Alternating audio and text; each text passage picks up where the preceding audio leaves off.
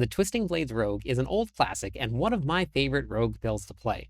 Now, this is not a pit pushing build, this is an end of the season, let's wrap up with some really fun builds that we can try out. This will carry you through all of your Torment 4 activities that you want to do. This will do bosses, this will do Lilith, this will do any of the Witch Tide zones. So let's take a look at a Lilith run so you can see exactly what it looks like. This build is super tanky, super mobile, and is a lot of fun to play.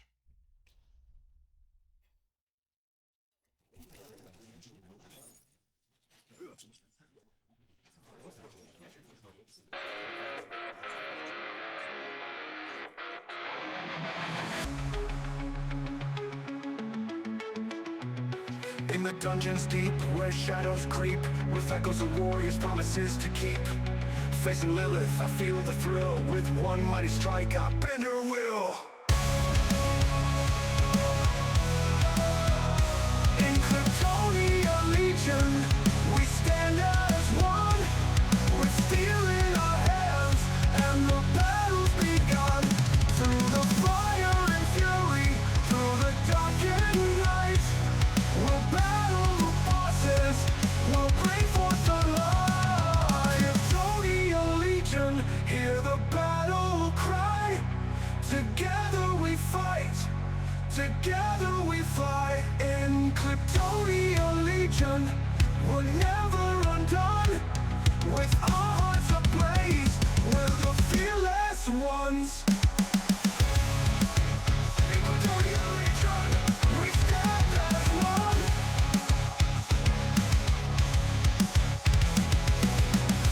In Cliptis Legion, we're never undone. With our hearts ablaze, we're the fearless ones. In Cliptis Legion, we stand as one. That's the run. Let's take a look at the skill tree.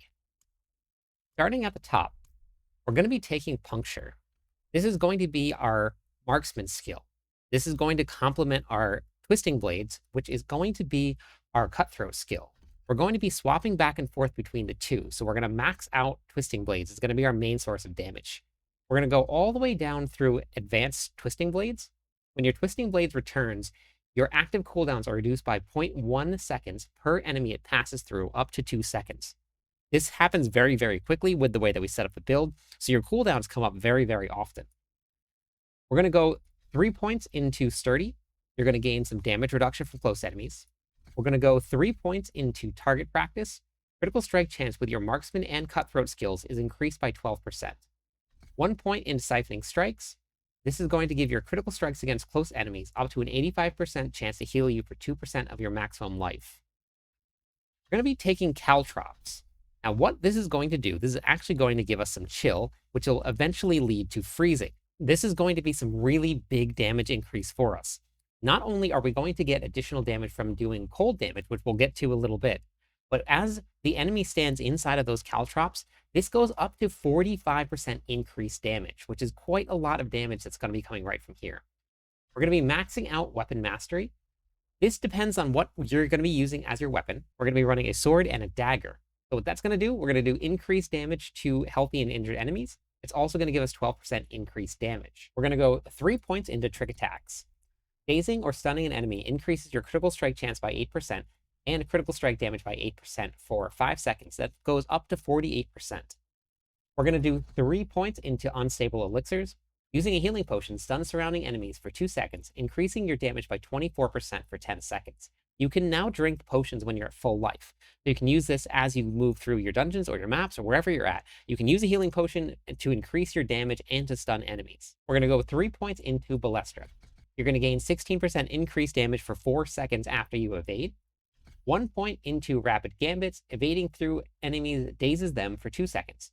Your evade cooldown is reduced by 0.5 seconds when you daze an enemy. We're going to come down here. We're going to go into Smoke Grenade. We're going to put 5 points here to reduce the cooldown so we can use this very often. We're going to go into Enhanced Smoke Grenade.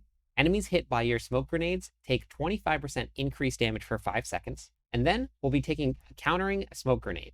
Hitting an elite or boss with your smoke grenades reduces its cooldown by 5 seconds. Now we only have an 8.2 second cooldown with this, so that means that we're going to have this buff up to get that damage increase 100% of the time. We're going to do 3 points into Malice. You deal 12% increased damage to vulnerable enemies and 12% increase to knockdown enemies. These bonuses can be applied simultaneously. Exploit, we're going to do 3 points here. You're going to deal 32% increased damage to healthy and injured enemies. Healthy is anything above 80%. Injured enemies is anything below 35% life. We're going to be taking a poison trap. This is going to give us some increases to our damage as we get further on into the Paragon board. Coming down, we're going to go 3 points into Frigid Finesse. You're going to deal 20% increased damage to chilled enemies. This bonus is increased to 40% against frozen enemies. Now that is where we're going to be getting our damage from with Caltrops. This chills enemies, that gives us that 20% damage. The more that we chill enemies, they eventually freeze, and then that gives us that 40% increased damage as well.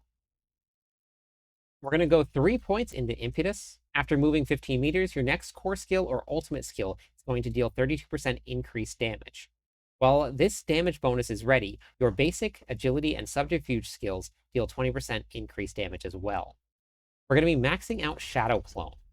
Then we're going to go all the way down through Supreme Shadow Clone. Your Shadow Clone deals an additional 20% increased damage. This is also going to be used in order for us to proc one of our abilities from our boots. That's going to be later on when we get into the gear. But casting our ultimate skills eventually will give us a big boost of damage, and we'll get into that soon. Shadow Clone is also going to be our source of Unstoppable. Whenever you cast this, you gain stealth, and you become unstoppable for 5 seconds after you cast a Shadow Clone. 1 point into Aftermath, so we can unlock Unto Dawn.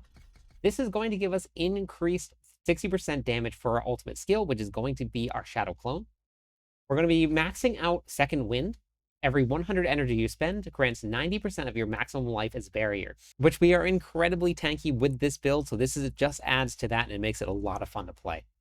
We're going to go 2 points into Innervation, up to a 30% chance to gain 8 energy, and then finally, we're going to finish up with Close Quarter Combat. Damaging a close enemy with a Marksman skill or Cutthroat skill grants 15% increased attack speed bonus for 8 seconds. While both attack speed bonuses are active, you're going to deal increased damage up to 25% of your damage versus close bonus. Right now, my bonus is at 178%. That's the skill tree. Let's take a look at the Paragon board. In the starter board, we're going to be running Headhunter. This is going to give you increased damage to elite enemies, as well as your legendary bonus, which is going to be an increase to damage. Coming up, we're going to be going into Tricks of the Trade. Your marksman skills grant your cutthroat skills 25% increased damage for 8 seconds. Your cutthroat skills grant your marksman skills 25% increased damage for 8 seconds.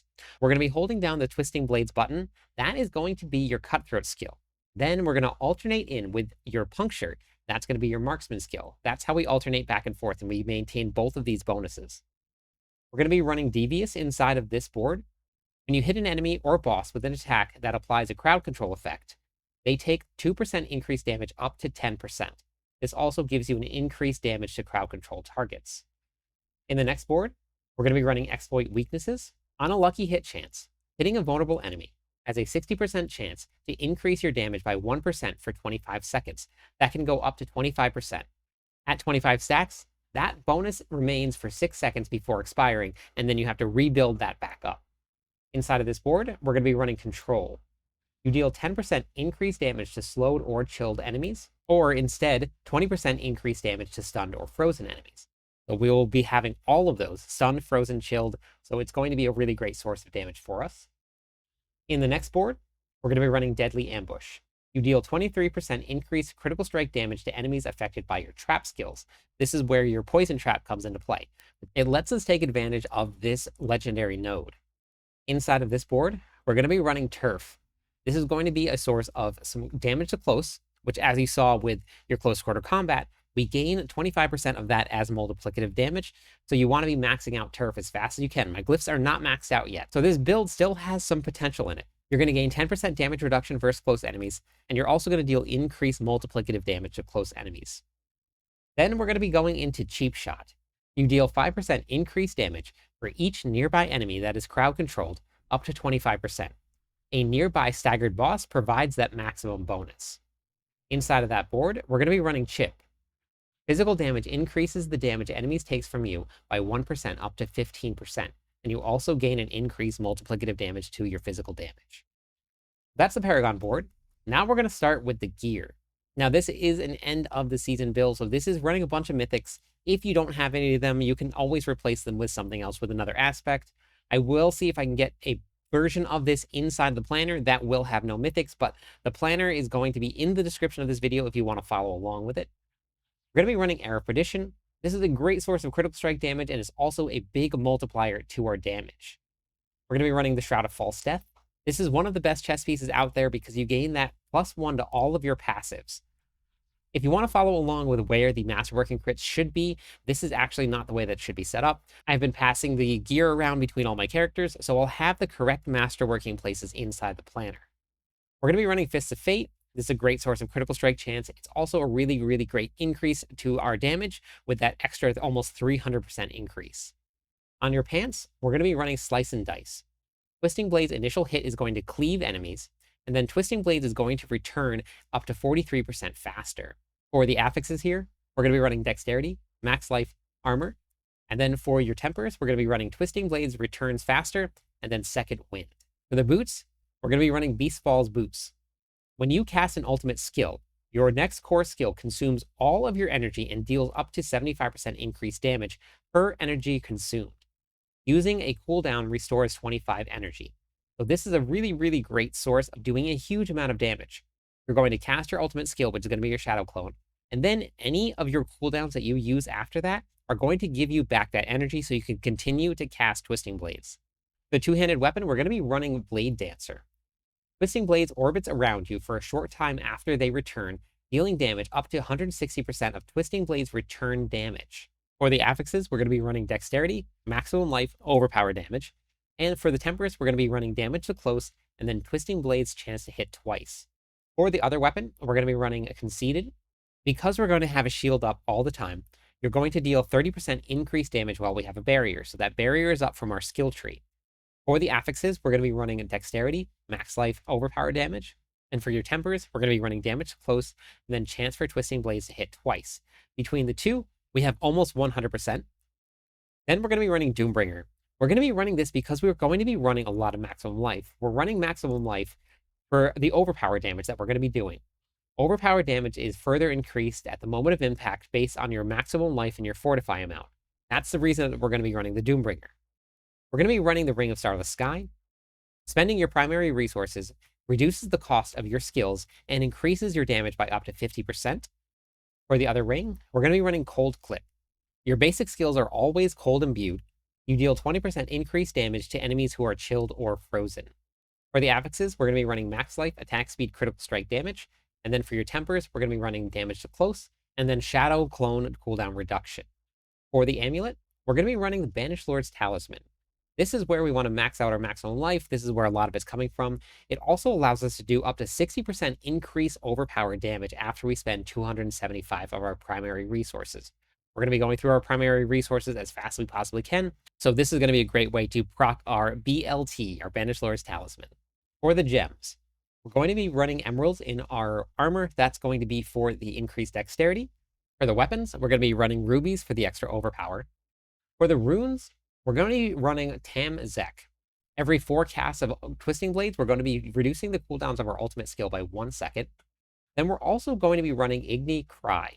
This is going to be our source of pull. The pull is super essential. I cannot run without a pull. It makes things so much easier. So every couple of seconds, whenever you use a skill that is not a basic skill, you're going to pull all of the enemies in. For the occult gems, we're going to be running Phantom Sting. You deal 15% increased overpowered damage to hex enemies. We're going to be running Friend of the Bog. You gain 8% primary core stat, which is going to be dexterity, 10% maximum life, and you're always unhindered, which means that you can move freely through enemies. For the last one, we're going to be running Duststone. For each aura and hex an enemy is affected by, they take up to 2.5% increased damage from you.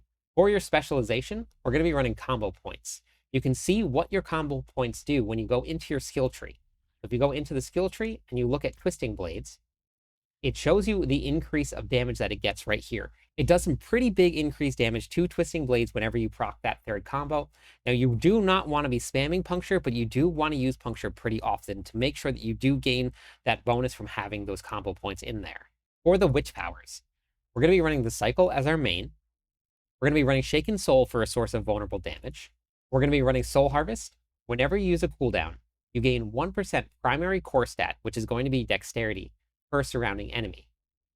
Aura of Siphoning. An aura of siphoning surrounds you. Every time that it damages an enemy, it's going to heal you for 1% of your maximum life. Force of Will.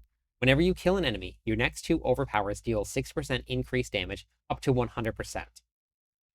Hex of Whispers. This is really, really great. This bounces around from monster to monster, and after it bounces around 6 times, it comes back to you, and then it fortifies you. Normally, we cannot get Fortify unless you use Rahir. Because we do have this here, this is going to fortify us and give us some extra damage and some extra survivability. For the mercenaries, you have a couple different options. I've been running Variana. This is going to give us some increased attack speed. So we're going to gain 10% increased attack speed here. And then with this combination here, we're also going to be gaining an additional 15%. Now you can also run Subo. Subo can give you 25% increased multiplicative damage, and then run Variana as your opportunity. Those are all really great options for you. So you can kind of bounce around with whatever suits your playstyle the best. I am still in the testing process to see what we're going to be running, but that's what I'm running right now. For the gameplay loop, let me show you exactly how this build runs. So how this is going to work. We're going to start with Puncture. Then you're going to use your Shadow Clone. So this way, your very next attack of your Twisting Blades is going to drop all of your energy.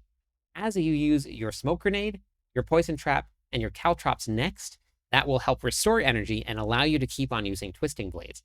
So it's going to look like this. We're going to get our abilities up, and then as we use our cooldowns, make sure you use a potion, and then make sure you evade. That's going to give us all of those damage bonuses that we want up. And then you just hold down your Twisting Blades button. Never let go of it.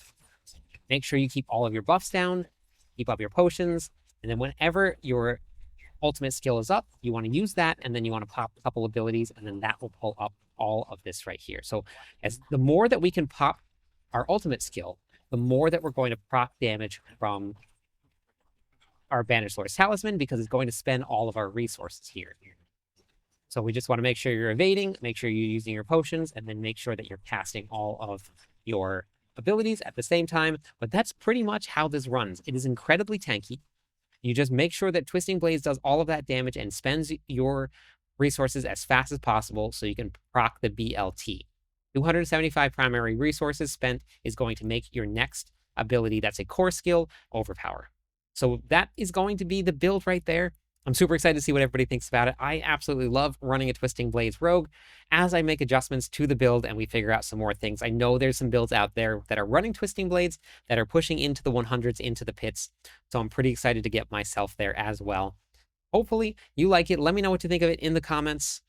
I'm live every night. I'd love it if you stopped by, said hi, theory crafted with me. Catch you on the clip side.